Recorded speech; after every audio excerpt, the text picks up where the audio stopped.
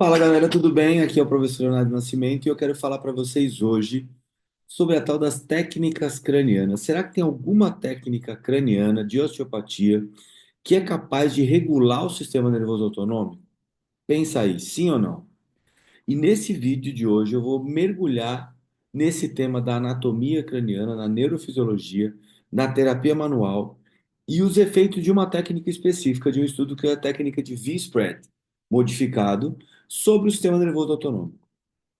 Mas antes, vou pedir para você, se inscreve no canal, ativa as notificações e envia aquele vídeo naquele grupo de estudantes de osteopatia ou de osteopatas formados ou de fisioterapeutas que querem fazer a formação de osteopatia para eles conseguirem entender como utilizar a ciência na prática clínica nesse seu canal de ciência de osteopatia, de ciência e fisioterapia e de ciência e tudo da área musculoesquelética.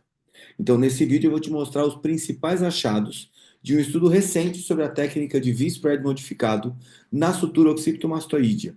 E isso pode impactar sua prática clínica diretamente. Deixa eu compartilhar minha tela aqui para mostrar para vocês o estudo em questão. É esse aqui, ó. Esse estudo aqui, ó.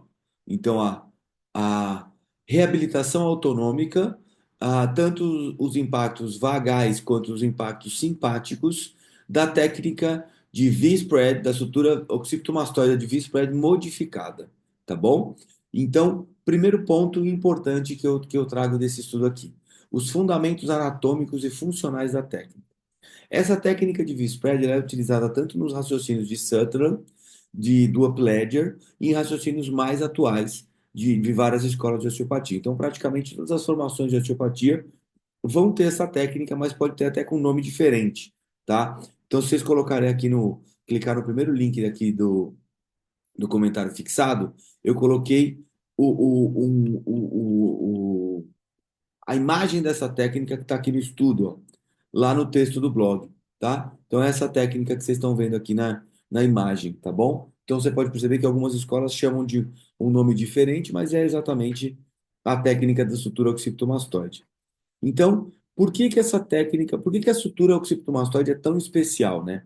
Então, ela está próxima ao nervo vago, do 10º par craniano, que é um modulador central do tônus parasimpático do nosso corpo.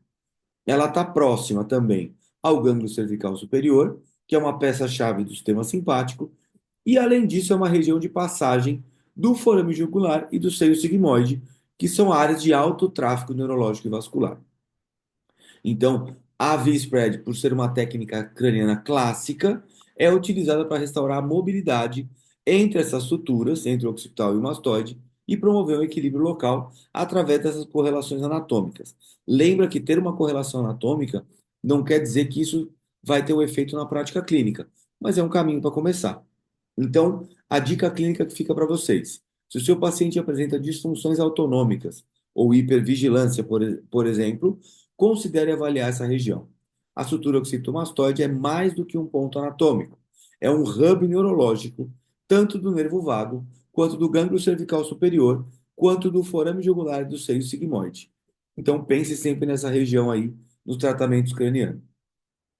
E qual é a influência real no sistema nervoso autonômico dessa técnica aqui, que foi medido aqui no estudo, na metodologia do estudo? Então, a primeira coisa, o estudo utilizou a variabilidade da frequência cardíaca, o HRV, a condutância na pele e a pressão arterial após a aplicação da técnica craniana.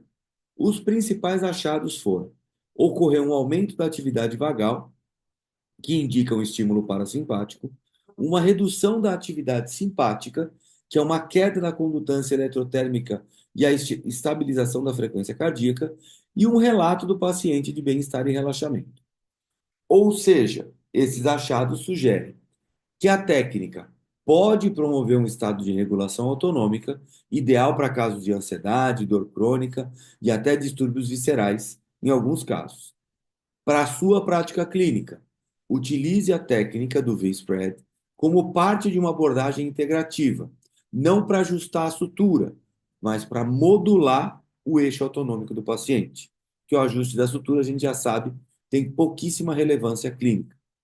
E um outro ponto importante, quais são as aplicações práticas e considerações terapêuticas que eu faço dessa técnica para vocês.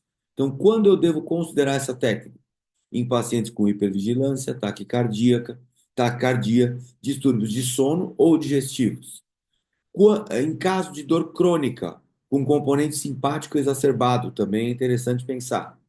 E uma outra situação para complementar, técnicas de autorregulação como respiração, mindfulness ou biofeedback.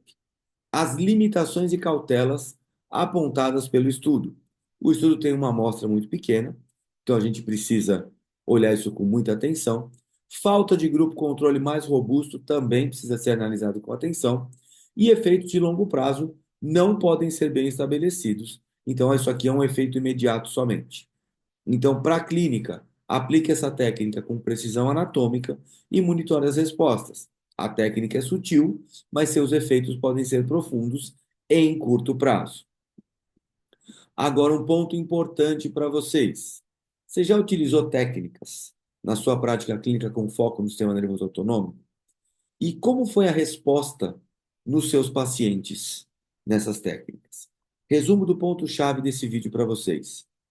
O primeiro ponto, a técnica de Vispred modificado na estrutura occipitomastoidea atua próximo à estrutura-chave do sistema nervoso autônomo. O estudo mostrou a modulação real do sistema nervoso, o aumento do tônus vagal e a redução simpática. Pode ser útil em contextos como ansiedade, dor crônica e disfunções viscerais, com um efeito imediato. Então, coloca aqui nos comentários se você já utiliza essa técnica e se você já utiliza essa técnica, para que você usa, em que contexto você usa. E lembra que aqui no primeiro comentário está um texto lá do blog Osteopatia Científica sobre esse estudo também. Valeu, um beijo e até a próxima.